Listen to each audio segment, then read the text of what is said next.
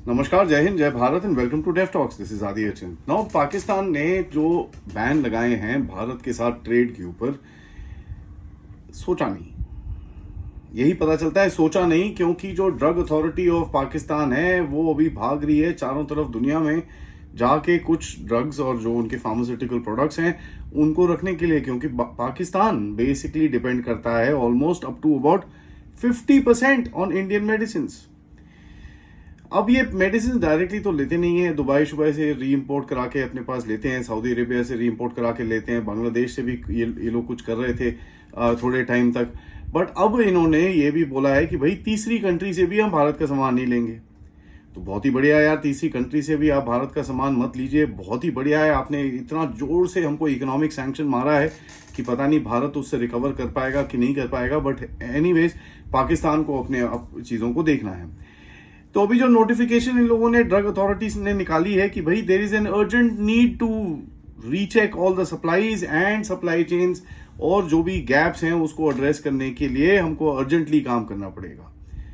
सवाल ये बनता है कि साहब आपने ये फिर जो सैंक्शन वैंक्शन सो कॉल्ड भारत पे लगाया, सोचा नहीं क्या? क्योंकि अगर सोचा होता तो ऐसे बेवकूफ़ी वाले काम नहीं होते जहां पर आपके पास अपनी दवाइयां नहीं है और वर्ल्ड्स लार्जेस्ट मैन्युफैक्चरर को आप बोलते हो कि हम आपसे चीजें नहीं लेंगे। सॉरी।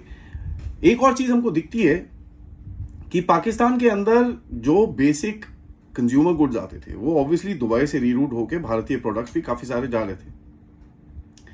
अब जो फौजी फाउंडेशन और ये इतनी बड़ी बड़ी फैक्ट्रियां लोगों ने लगा रखी हैं, उसमें ये जहां पर केलॉग सीरियल बनाते हैं, डायपर बनाते हैं, सारी चीजें पाकिस्तान के लिए तो नहीं बना सकते।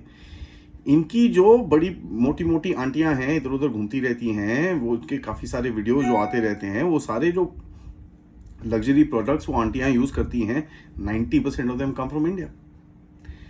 तो अब क्या ये लोग एकदम शिफ्ट करेंगे भारत से? क्योंकि देखिए यार, जर्नैलों की बीवियां हैं, जर्नैलों की बीवियां पहले तो भाई ऐसा है भाग भूग के अभी तो लंदन गई हुई हैं, लेकिन जब वापस आएंगे उनको ये प्रोडक्ट्स तो चाहिए होंगे, कैसे काम करेंगे? तो क्या पाकिस्तान इलीगली स्मगलिंग में आगे भाग करेगा और इलीगल तरह से भारत के प्रोडक्ट्स अंदर लेके आएगा? क्योंकि आप उनके शेल्व्स और उनके मार्केट्स में जाके देख लीजिए, आपको पता चल जाएगा कितने वहां पर नॉर्मल प्रोडक्ट्स हैं और कितने भारत के प्रोडक्ट्स हैं। एक चीज और समझ में आनी चाहिए कि जो एक गारंटीड सप्लाई होती है ना, जो भी कह लीजिए, भारत को पता था कहां पर जा रहे हैं चीजें, और एक गारंटीड सप्लाई चेन था पाकिस्तान के पास। ये गारंटीड सप्लाई चेन ने एक चीज इंश्योर करी थी कि पाकिस्तान को ये कंटिन्यूसली मेडिसिन सप्लाई आती रहे, चाहे दुबई से, सऊदी अरेबिया से, कतर से, बहरीन से, जहां मर्जी से वो लोग ले रहे थे।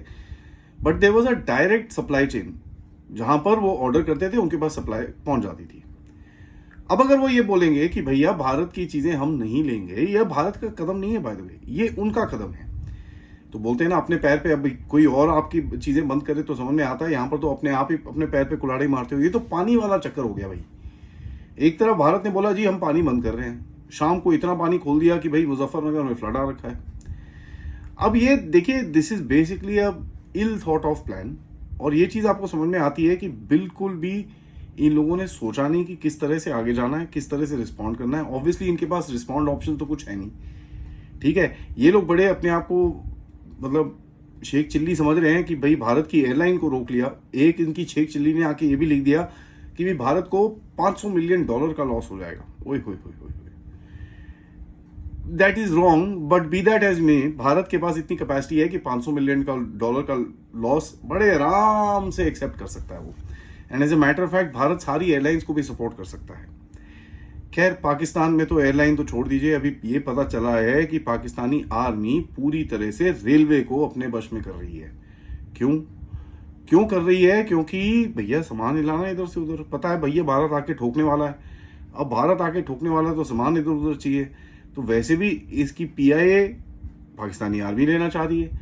अब रेलवे पाकिस्तानी आर्मी के हाथ में चले गया है, दवाइयां है नहीं, खाने को आटा है नहीं, बस चले हैं लड़ने के लिए।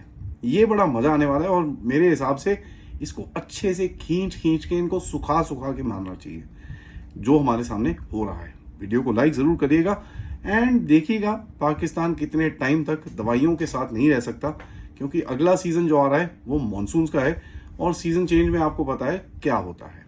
देखेंगे आगे, तब तक नमस्कार।